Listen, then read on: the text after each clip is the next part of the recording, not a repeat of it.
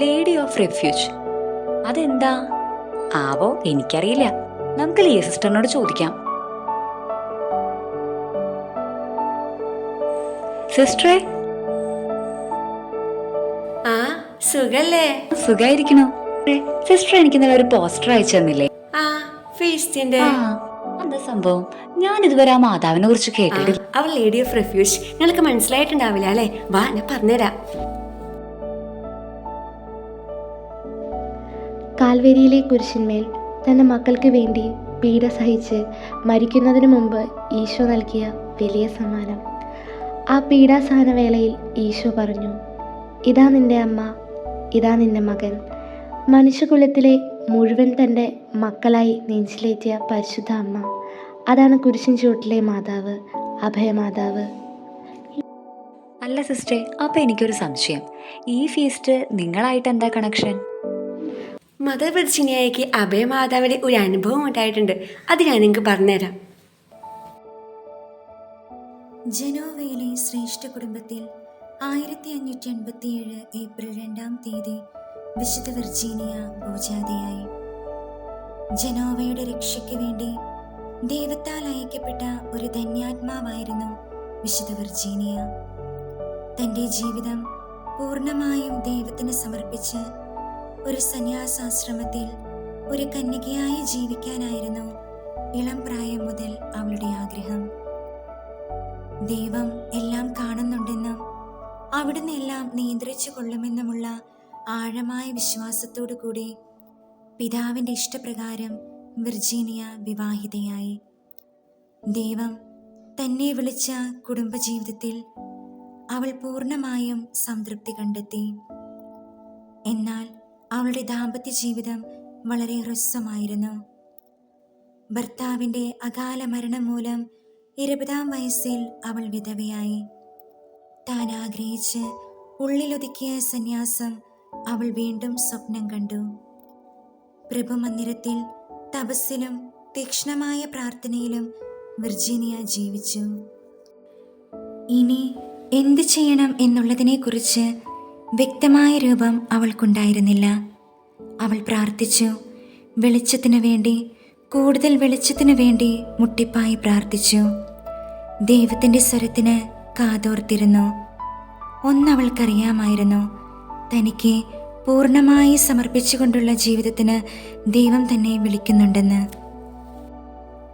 ദൈവത്തിൻ്റെ അനന്തമായ പരിപാലനയിൽ പൂർണ്ണമായി വിശ്വാസമർപ്പിച്ചുകൊണ്ട് പ്രതീക്ഷയോടുകൂടി അവിടുത്തെ ലോലമായ സ്വരത്തിന് അവൾ കാതോർത്തിരുന്നു. ഒരു ദിവസം രാത്രി അവളെ ആരോ വിളിക്കുന്നതായി അവൾക്ക് തോന്നി. ഉണർന്നപ്പോൾ കുരിശിൻ ചുവട്ടിൽ മാതാവ് നിൽക്കുന്നതായി അവൾ കണ്ടു. മാതാവ് അവളോട് പറഞ്ഞു, വിർജീനിയ, കഷ്ടപ്പെടുന്ന പാവങ്ങളെ സഹായിക്കുന്നതിൽ നീ വ്യാപൃതയാകണം എന്നതാണ് എൻ്റെ മകൻ്റെ അഭീഷ്ടം. ആ സന്ദേശം വിർജീനിയയ്ക്ക് പുത്തനുണർവായി. സഹോദര സ്നേഹത്തിൽ മാത്രമേ ദൈവസ്നേഹം പൂർണ്ണമാവുകയുള്ളൂ എന്ന് മനസ്സിലാക്കിയ അവൾ പ്രഭുകുടുംബത്തിൻ്റെതായ എല്ലാ സുഖസൗകര്യങ്ങളും ഉപേക്ഷിച്ച് സഹിക്കുന്നവരും സഹായം അപേക്ഷിക്കുന്നവരുമായ മക്കളിലേക്ക് സമർപ്പണവും സേവനവും വഴി ഇറങ്ങിത്തിരിച്ചു. ചേരികളിലേക്ക്, വഴിയോരങ്ങളിലേക്ക്, കുത്തഴിഞ്ഞ ജീവിതം നയിക്കുന്ന ജനസമൂഹങ്ങളിലേക്ക്, ഭിന്നിച്ചു നിൽക്കുന്ന കുടുംബ ബന്ധങ്ങളിലേക്ക്, അനാഥ ബാല്യങ്ങളിലേക്ക് അമ്മയായി, വൃദ്ധർക്ക് ആശ്വാസമായി അവൾ അയക്കപ്പെട്ടു. അധികം കഴിയുന്നതിന് മുൻപ് അനാഥരും അശരണരുമായ കുട്ടികളെ കൊണ്ട് വിർജീനിയയുടെ ഭവനം നിറഞ്ഞു. ക്രിസ്ത്യാനിയുടെ വളർച്ചയ്ക്ക് പരിശുദ്ധ കന്യകാമറിയത്തിൻ്റെ സംരക്ഷണം ആവശ്യമാണെന്ന് അറിയാമായിരുന്നു. അതുകൊണ്ട് പരിശുദ്ധ അമ്മയോട് വിർജീനിയ മക്കൾക്കനുയോജ്യമായ ഭക്തി പ്രകടിപ്പിച്ചിരുന്നു. എന്ന് മാത്രമല്ല, തൻ്റെ സംരക്ഷണത്തിൽ ഏൽപ്പിക്കപ്പെട്ട അനാഥരായ കുഞ്ഞുങ്ങളെ അമ്മയോടുള്ള ഭക്തി വളരാൻ പരമാവധി പരിശ്രമിക്കുകയുമുണ്ടായി. ആദ്യ ഭവനമായ മൗണ്ട് കാൽവരിയിലെ കപ്പേള അവൾ പരിശുദ്ധ കന്യകാമറിയത്തിന് പ്രതിഷ്ഠിച്ചു. പരിശുദ്ധ മറിയത്തെ അഭയമായി സ്വീകരിച്ചു. വിർജീനിയ തുടങ്ങിവെച്ച സമൂഹം ഒരു സന്യാസി സമൂഹമായി തീർന്നപ്പോൾ ആ സമൂഹത്തിന് sisters of our lady of the refuge in mount Calvary എന്ന പേര് കിട്ടി.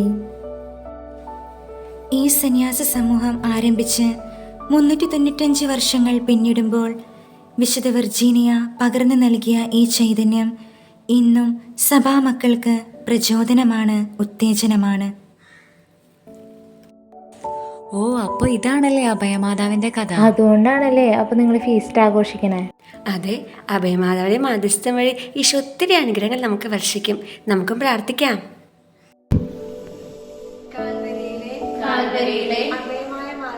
അഭയമായ മാതാവേ, കുരിശിൻ ചുവട്ടിൽ വിശ്വസ്തയോടെ നിൽക്കുവാൻ ഞങ്ങളെ